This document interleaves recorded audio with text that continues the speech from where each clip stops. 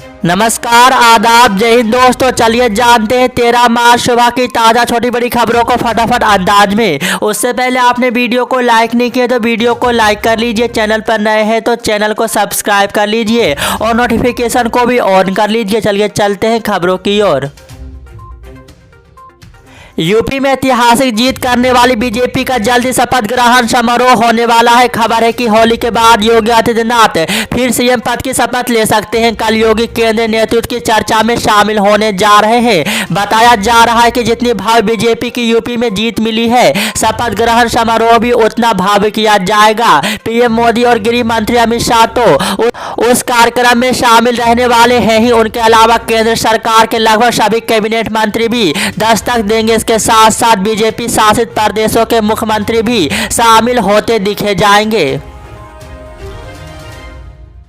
पंजाब में अपना दूसरा विधानसभा चुनाव लड़ने के बाद 117 में से 92 सीटें पाकर ऐतिहासिक विजय दर्ज करने वाली आम आदमी पार्टी अब पंजाब के पड़ोसी राज्य हिमाचल में विधानसभा चुनाव लड़ेगी। आम आदमी पार्टी के वरिष्ठ नेता और दिल्ली सरकार के स्वास्थ्य मंत्री सत्येंद्र जैन ने पंजाब की विजय को लेकर पार्टी कार्यकर्ताओं के साथ शिमला में रोड शो किया और ऐलान किया कि आम आदमी पार्टी इस साल दिसंबर महीने में संभावित प्रदेश की सभी 68 सीटों पर विधानसभा चुनाव लड़ेगी। जी हाँ दोस्तों, बता दें कि हालांकि आम आदमी पार्टी पहले यह कह चुकी थी कि दूसरे कई राज्यों में वह विधानसभा चुनाव लड़ेगी, लेकिन वह फैसला पंजाब चुनाव के नतीजों पर निर्भर था। अब जब पंजाब में आम आदमी पार्टी ने कांग्रेस, बीजेपी, अकाली दल सबका सफाया करके एक छत्र राज्य का बीज किया है, ऐसे में उसके हौसले बुलंद है। कब वह पैर पसारने के लिए पहाड़ी और पड़ोसी राज्य हिमाचल के चुनावी मैदान में उतरेगी। 5 राज्यों के चुनावी नतीजों ने कांग्रेस के लिए अलार्म बजा दिया है। पार्टी का प्रदर्शन काफी निराशाजनक रहा है। पंजाब में उसने सत्ता गंवाई है, गोवा में सरकार नहीं बना पाई है और यूपी में तो वह सिर्फ 2 सीटों पर सिमट गई। अब इस करारी हार के बाद कांग्रेस नेता अधीर रंजन चौधरी ने टीएमसी प्रमुख ममता बनर्जी पर निशाना साधा है। जी हाँ दोस्तों, बता दें कि गोवा में मिली कांग्रेस की हार के लिए उन्होंने टीएमसी को जिम्मेदार बताया है। उन्होंने कहा है कि अभी पूरे देश में कांग्रेस के 700 विधानसभा के सदस्य है, विपक्ष का भी 20% वोट कांग्रेस के पास है। ममता तो सिर्फ बीजेपी को खुश करने का काम कर रही है, वे बीजेपी के एजेंट बन गई है। गोवा हार पर उन्होंने आगे कहा कि ममता बीजेपी को खुश करने के लिए गोवा गई थी, मोंगोम्बे खुश हो गया, आपने कांग्रेस को हरा दिया। ये बात किसी से नहीं छिपी है कि गोवा में कांग्रेस को तोड़ने का काम टीएमसी ने किया है।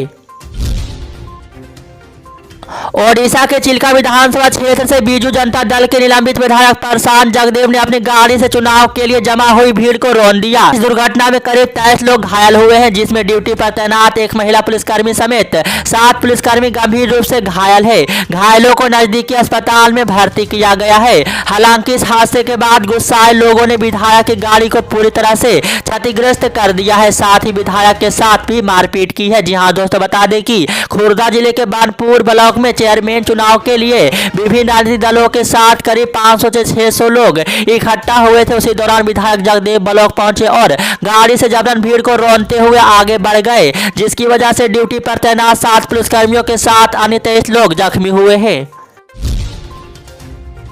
बीते गुरुवार को 5 राज्यों में चुनाव के नतीजे आ गए हैं, जहां 4 राज्यों में बीजेपी को जीत हासिल हुई है। इस बीच राजस्थान के मुख्यमंत्री अशोक गहलोत ने उत्तर प्रदेश में बीजेपी की जीत के लिए मीडिया को जिम्मेदार ठहराया है। उन्होंने कहा कि पूरे मीडिया ने चुनाव को जिस तरह से फोकस किया, उससे लोगों का माइंड बदला और बीजेपी जीती। जी हाँ दोस्तों, बता दें कि दरअसल गहलोत ने दांडी यात्रा की स्मृति में यात्रा निकाली थी। यही उन्होंने ये बातें कही। इस यात्रा में उनके साथ कांग्रेस कार्यकर्ता शरीक हुए थे। ये यात्रा शांति और अहिंसा निदेशालय खादी बोर्ड JLN मार्ग से गांधी सर्किल तक निकाली गई। गुजरात दौरे के दूसरे दिन प्रधानमंत्री नरेंद्र मोदी ने शनिवार शाम अहमदाबाद में एक रोड शो निकाला।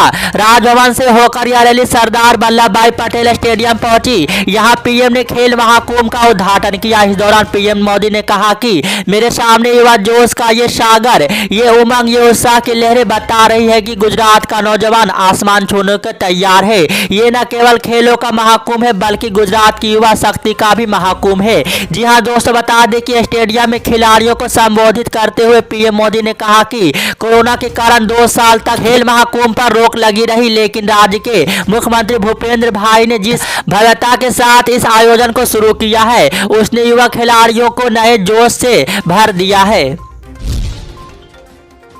देश में कोरोना महामारी का प्रसार तेजी से कम होता जा रहा है। संक्रमितों की संख्या में जहां भारी कमी हो रही है, वहीं मृतकों का आंकड़ा भी तेजी से कम हो रहा है। इन सबको देखते हुए भारत के कई राज्यों में प्रतिबंधों को हटा लिया गया है। परिस्थितियां पहले की तरह हो गई है। इसके बावजूद खतरा भी पूरी तरह से टला नहीं है। स्वास्थ्य विशेषज्ञों का कहना है कि अभी लोगों को सावधानी बरतने की जरूरत है। Tata institute for genetics and society के निदेशक राकेश मिश्रा ने कहा है कि अभी सबको कोरोना वायरस के अंतिम स्टेज में पहुंचने का इंतजार करना चाहिए और सावधानी बरतनी चाहिए। इससे पहले शुक्रवार को चीन में पहली बार संक्रमण के घरेलू मामले 1000 से अधिक हो गए। एक सप्ताह पहले तक यह आंकड़ा 300 मामले प्रतिदिन पर था। इसके चलते चीन में चांगचून शहर के औद्योगिक केंद्र में लॉकडाउन लागू कर दिया है, जहां करीब 90 लाख लोग रहते हैं। वहीं चीन ने यह भी कहा था कि वह पहली बार रैपिड एंटीजन टेस्ट का इस्तेमाल शुरू करेगा। बता दें कि Tata institute for genetics and society के निदेशक राकेश मिश्रा का कहना है कि अभी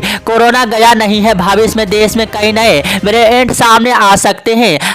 ऐसे में सतर्कता ही एकमात्र बचाव है। इसी तरह की छोटी बड़ी खबरों को जानने के लिए जुड़े रहिए अपने चैनल न्यूज़ 24 से। मिलते हैं अगली बड़ी खबर में, तब तक के लिए जय हिंद।